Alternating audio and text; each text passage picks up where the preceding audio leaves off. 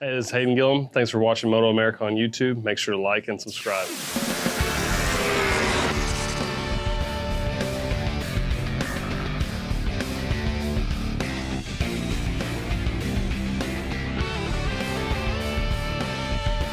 Welcome back to the green grass, the excellent asphalt of Virginia National Raceway. It's the MotoAmerica Superbikes at Virginia, just outside of Danville, VA, also known as Alton, Virginia. The Royal Enfield BTR stands for Build, Train, definitely not ride. It's a race today. Welcome everybody to VIR. Welcome inside our booth. Bree Poland, I'm Robbie Floyd. This is your baby, and we get to see it for the first time this year. We've seen some of our specialty classes before. We've seen the Roland Sands Super Hooligans. We've seen the Mission King of the Baggers. Now it's time for some Royal Enfield BTR. I'm excited for this. I know the girls just really want to get this first race out of the way. I think the nerves, the butterflies are hitting them, and after they get this first round, I think they'll be even more pumped for Road America. I'm pumped about what I'm about to see. Again, the ladies go around for 9 laps. It's going to be a long one for some of them that have never really raced before. Let's take a look at the track here, Bree. I want you to help me break it down. I've been watching it throughout the day. Have you ever raced here at VIR before? On a car, on a BMW. Okay, that doesn't count. That doesn't count. But it was actually this circuit, this portion of it? Because it's a big facility here. I think they call this the North Course, but it's about 2.25 miles in length. More rights than lefts. Started back in 1957. Some iconic turns and twists and turns of this facility. But what have you heard from the ladies and how they're approaching it? Do they like coming here, or are they scared? They really enjoy the track. Some of the ladies have been here before for track days. Okay. I think they are looking at turn 1 and turn 10. Those are the 2 turns that I think they're a little cautious about. Our pole sitter, Kayla, actually today went down in turn 10 in qualifying too. Okay. And that was the source of discussion going into this morning, is just be cautious in turn 10. And turn 1, again, the high-speed right-hander. Turn 10, a little bit slower speed, but a very sharp right-hander.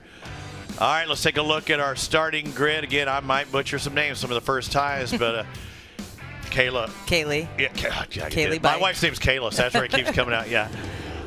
Kaylee on top once again. Now, some of the ladies actually did better this morning. Some maybe not so much. So I saw some variance. I thought it might be due to the track, but some riders making some adjustments. Yeah, and I think a lot of them weren't happy, and they just wanted to push a little bit more, and more time on the track. They're going to improve their times. Of course, Tennyson finished yesterday in P3, and then today she bumped it up a spot to P2, and I know her and her husband were really excited about that when she came into Parc Ferme. Royal Enfield Build Train race coverage is sponsored by Royal Enfield since 1901, by Dunlop, the official tire of the MotoAmerica Championship Series, and by Geico, where 15 minutes could save you 15% or more on your car or motorcycle insurance.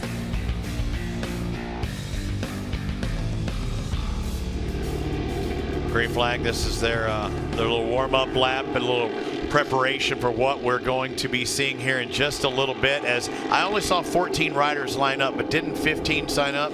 15 did sign up. Unfortunately, Patty Powell, number 79, who was our most experienced in age on the track, had to get off yesterday. Actually going into turn 1, she unfortunately shattered her collarbone, so we're not sure how long she's going to be out for. And this is racing. It happens. Unfortunately, it happened right before her first race of the year, but she's actually down in the pit area cheering on the ladies, so it was really nice for her to bring her bandaged collarbone out and show support of her teammates, because that's a little, it hurts. Yeah. Is she running the figure 8? Are they going to have to plate the bad boy? Do we know yet? We're going to go see ortho when she gets home. But yeah, I think, the consensus is she'll probably get it plated. And we have 2 nurses on the team, so when that happened yesterday, they actually went in run in to help with the medical center. Yeah. I'm not sure if that was a good or bad thing. And again, when we see these riders as well, these are not their day jobs. They have day jobs, and now they're racing, arms up, saying that they are slowing down. We don't need any Rambo action here, but 14 riders for 9 laps. I say that in jest almost, because some of these have raced, some of them limited race, some track days. 9 laps is a lot of laps for these ladies, especially if it's their first time. Yeah, I mean, Ash Truxell, who's number 31 out there, this is her first go at any kind of race ever. Yeah. And she improved. She finished, she ended up qualifying 8th, and we were all shocked by that, pleasantly surprised. And her dad's here supporting her this weekend, and I'm sure her rats back home are cheering on Mom. 10th on day 1, up to 8th on day 2 as far as qualifying. And now it's up to the race. We're going to see that red flag exit the track when they are clear behind. You see the green making its way by. Okay, the first start for the Royal Enfield BTR, and also that ever important first turn. How's it going to go down? We'll wait for the lights to turn on and turn off. Looks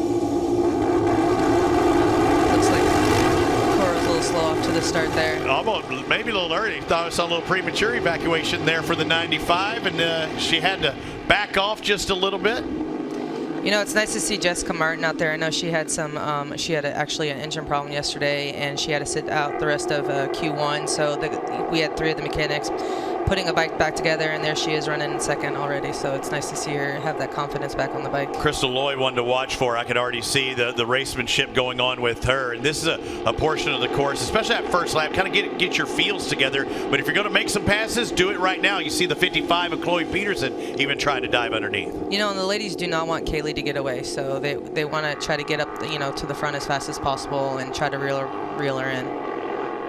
Kaylee bike. I'm sorry, Kaylee. My wife's named Kayla, so I naturally want to say that every time. You know, another thing, it's Martinez now. Yes. Not Lloyd for Crystal. We got to change her husband that. came and talked to me Let me yesterday change about that. it. He's like, it's official now. Yeah. I haven't seen the papers yet, Yeah, so no. I just...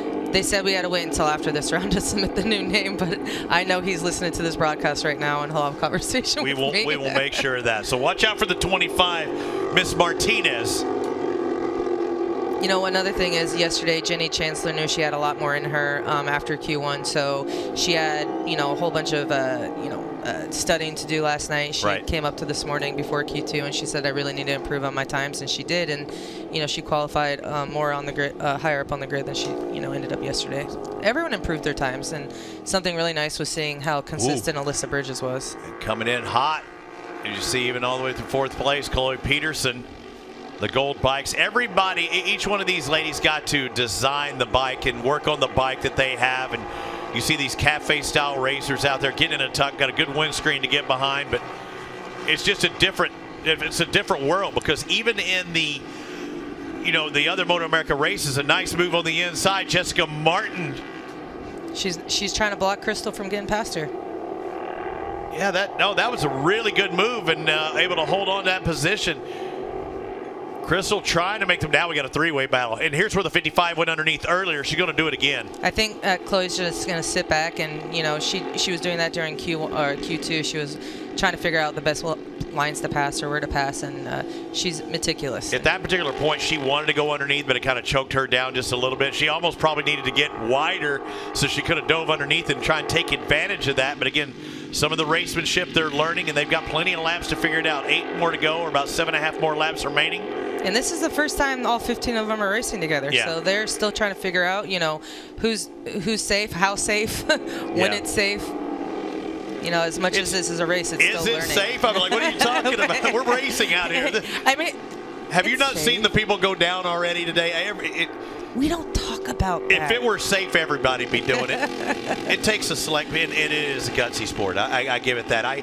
The ladies that go on a street bike, I don't ride street bikes and stuff, or road racing stuff, are going faster than I've been on a track. Now, motocross or in a car, I've done it, but they're pushing the limits out there. And me at my advanced age, I can't afford to crash. I would do it, but I can't afford to crash. Have you ever done a 2-up ride with Chris Ulrich? I'm not going to do a 2-up ride with Chris I think we need to get you out there. No. Yeah. No matter how many times Michael Hill or Roger or Chris says it, I'm not doing a 2-up. And the reason being is I saw Randy Momola give a 2-seater ride one time when I was younger, and I almost pooped my pants, and I will never do one. Can you say that on TV? Yes, I just did it. Okay. Yeah. All right. Well, 7 of the ladies did a 2-up ride with Chris Ulrich, and each one of them said that they learned. Thank you. Where's their braking zones? You know, when they should be on the throttle, when they should off of it. Oh. Look at this. Running in deep and just trying to turn it in. Now, if she could just kind of just stay on, and that's a perfect move.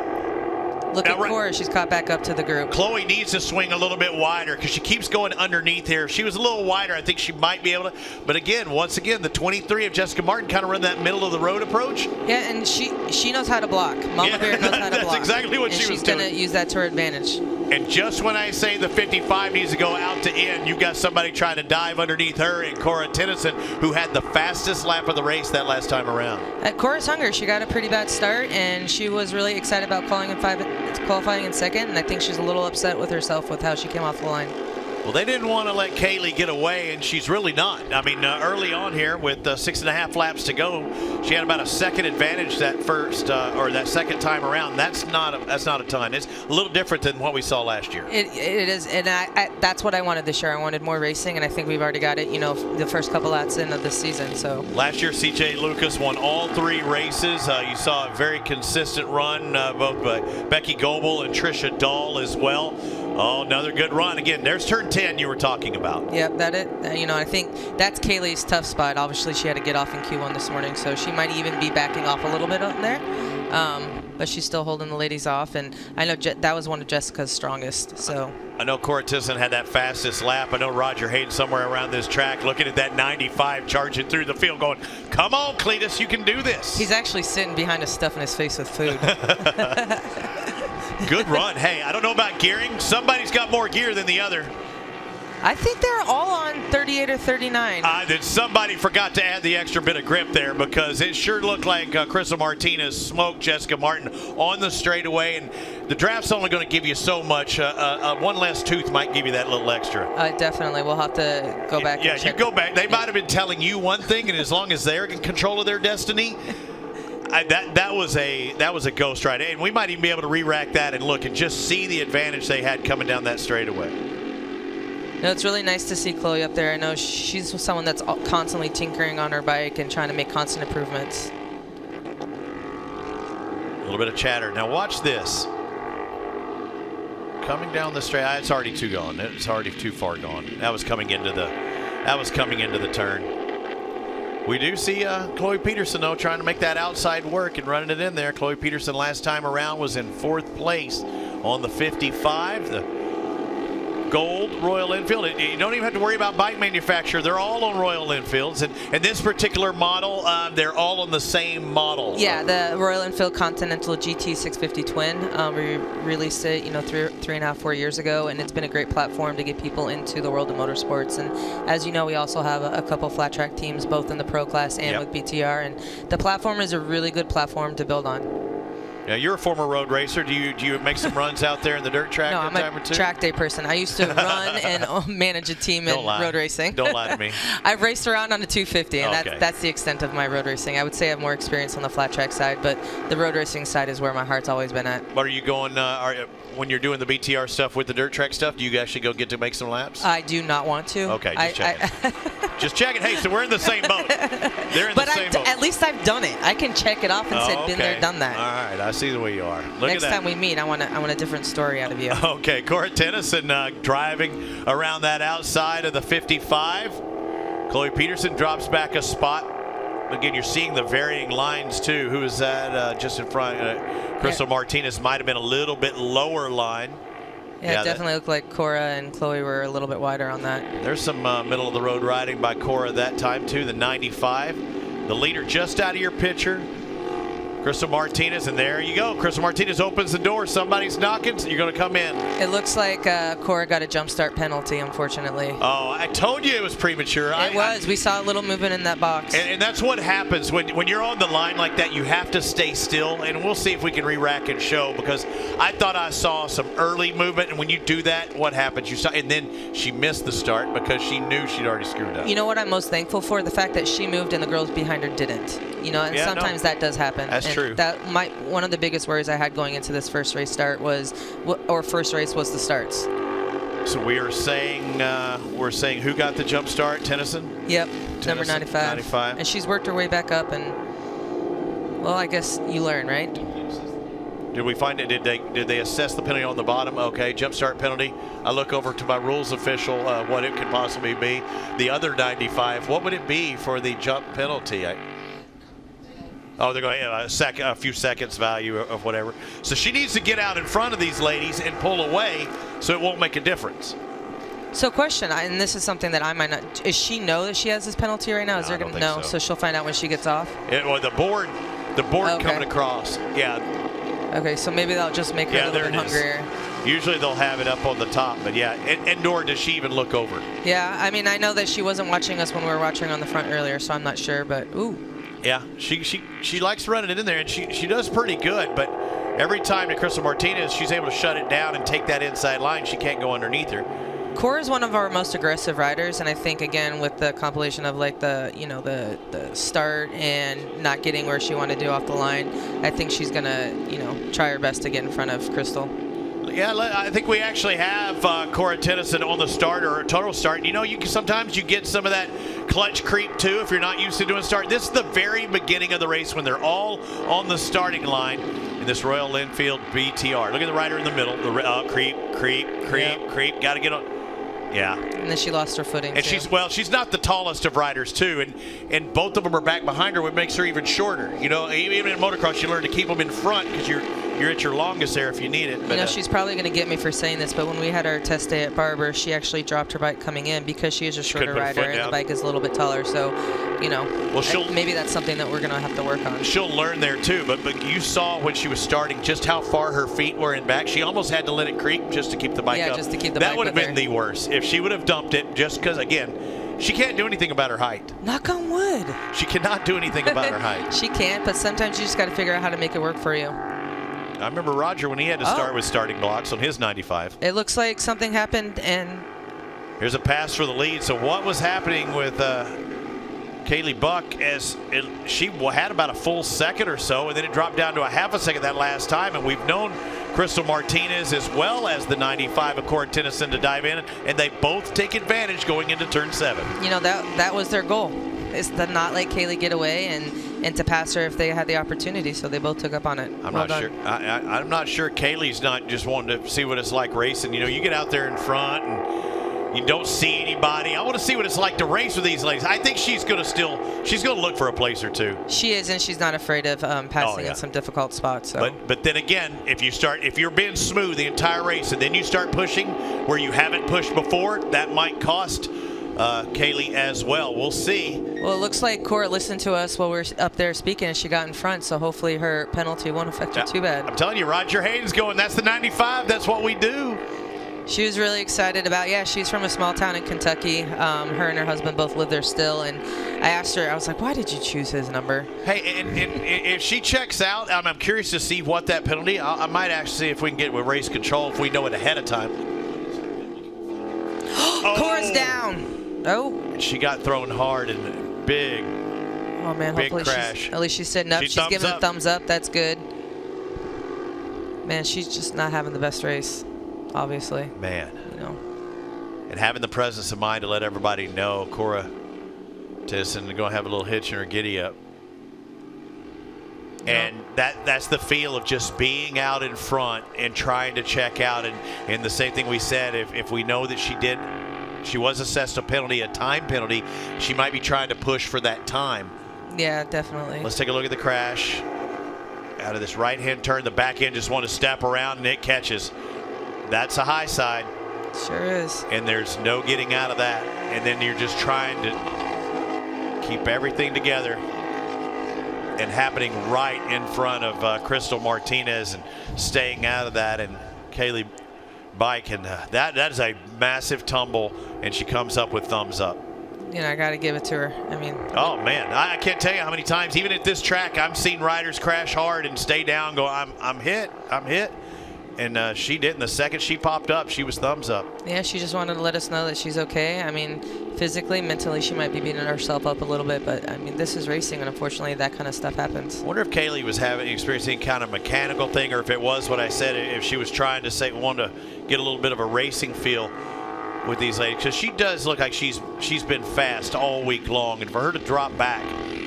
And she saw what happened then. She's like, I don't want to be any part of that. Knowing Kaylee, I do not think she just let off the gas on purpose so she could do some racing. But is it something mechanical? You see a couple grabs of the clutch and the and it could be. And again, she went down, so like she's just, the bike, maybe she was feeling something that maybe needed to be adjusted. I have no idea, but I definitely don't think that Kaylee wanted to give up any of her lead. Don't chance it. No, it's nice to see Bridget Libera's running in 6th, and she actually rode with us last year in flat track. So it's nice to see her doing well on the road race side. I was trying to look. Cora Tennyson, her time in scoring still up there. I think she might have turned the fastest overall in Sector 1, and it was probably that lap when she was pulling away. So just a case of where she was just pushing harder. She exceeded her limits just a little bit too much there. Now working in this lap traffic, that could play in the the hands of the 25. Yeah, it looks like Kaylee got past Tana just fine, and Crystal's getting past, just... Look at the run, trying to get in that draft. Yep. I would have loved to have seen her stay behind just a little bit longer to see if she could get that draft and get pulled across the finish line. She pulled out of it. That's one opportunity to pass. Maybe that's the deal. Maybe she said, okay, I can stay out of her wake. Right here, a big sweeping turn from Kaylee. Yeah, everyone's taking a lot of different lines, and I know that's something that Melissa Paris has been talking to them about, the lines they're taking. And they, one of their homework was to watch the other motorcycles out there on the track and, just go out there and study where people are going in and coming out. Katie Bike, the 16. What does she do for a living typically? Kaylee's not working right now. What? That's not good. She's looking to do this for professionally. She's looking to go racing. Yeah, no, I know she's done a lot of home remodeling. She's she works in the trades. I know she used to do eyelash. She kind of does a little bit of everything. We might bring her on and have her help us with demo events this year. We're just gonna have to tell her she can't race during those events. Hey, various talents, and you know what? Roger needs some eyelash work as well. So I mean, we've got a lot of stuff that she can do here. This is a good race. I mean, the turn 10's the one you said, ladies, be careful with. It's the one they've been having problems with. They've still got to negotiate that. It's coming up here soon. Oh man, final lap. I can't believe it's already there. Actually, coming into it right now. Yeah, no, that's when she pulled out on that, like coming to take the white flag. And I think I would have either tucked in or I would have had to have made a pass on that last time down the front straight. Kaylee Bike leading this with Crystal Loy. They work their way down, or not Crystal Loy, Martinez now, work their way down this hill. They're going to take a right-hand sweeping turn, and it is too much gap, too much differential. Kaylee Bike's going to come down this front straightaway and put that Royal Enfield into the lead, into the win, and top spot on the box. First race of the year, first win of the year for Kaylee Bike. Everyone's worked really hard for it this year, and or just already, and Kaylee deserves it. She's been quickest out there. She put her and her crew chief Eric put the bike back together in record time, and I'm happy to see her there. Long hair flowing into the wind. Crystal Martinez only 0.8 of a second. Stayed within 1 second. Probably our closest differential between first and second for sure in the Royal Enfields. And Chloe Peterson only 3.6 behind. That was a really good race. Chloe just kind of stayed back there and in the mix the entire time. And remember, we didn't see Cora Tennyson at the end. She went down very, very hard. We had a 3-woman race, a really tight battle with only about 2.5 laps to go. It just makes me wonder what would happen if Cora would have stayed out there, but... Just like we saw, the 95 out in front, she got the curse of the 95 as well. So the Royal Enfield BTR Race 1 is done. Kaylee, Crystal, and Chloe head their way to the podium.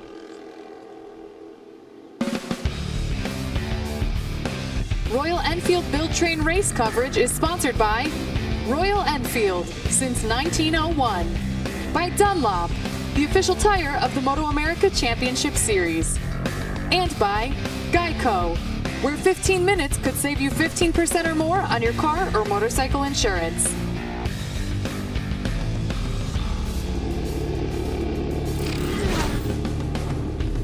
Checker flag comes out to the first Royal Enfield BTR race of the season. We still have plenty more throughout the year, including our next round at Road America. We're going to hear from these ladies in a bit.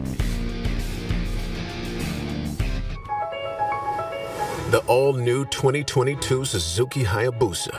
The quickest, most advanced and aerodynamic Hayabusa ever. Engineered to explore the absolute limits of its potential. And yours. Developed with Suzuki's intelligent ride system, giving unmatched control and rideability. And shaped to demolish drag and cut through wind with an unmistakable silhouette. The all-new Hayabusa is ready. Are you ready for it?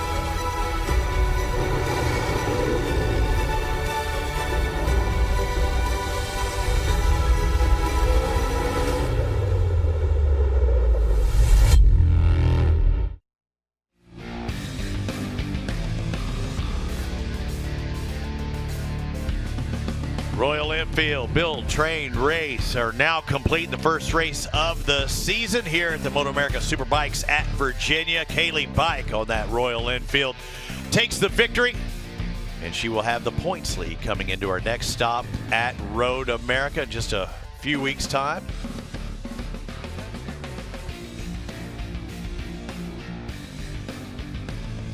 I'm Robbie Floyd with Bree Poland. Bree, we just saw a great run. Again, this is your baby. This is the event you've been taking care of and leading into this year. It started last year, and I'd say Season 2 looks even better. More ladies, but even the race ability looked better. Exactly. I wanted racing. I wanted more people out there, and I guess I got what I asked for. We had a really good battle for first place. Was it Thiesler, Kayla Thiesler, one rider that was not in the picture? It looked like she had to drop out. Other than that, it was a great race up in the front, Jason Wygant, and we have our first-time winner in Kaylee Buck. Oh, yeah, it definitely made it interesting. Kaylee Bike comes out with the win, but it was a battle. You had a good lead, and then STG Junior Cup coverage is sponsored by SportBikeTrackGear.com, the motorcycle apparel and parts specialists. By Dunlop, the official tire of the MotoAmerica Championship Series. And by Geico, where 15 minutes could save you 15% or more on your car or motorcycle insurance. Neat thing on my sponsors, Lexi T and Dr. D, Barcon Racing, Royal Enfield of Albany, CJR Performance, AK Race Fab, the Slide Ranch, everyone here, all the fans for coming and supporting this, and Royal Enfield for making this happen for us. There it is, our winner, Kaylee Bike. Dr. G gets more mentions of anybody on the planet. I did not know. He's a longtime doctor of many motorcycle riders.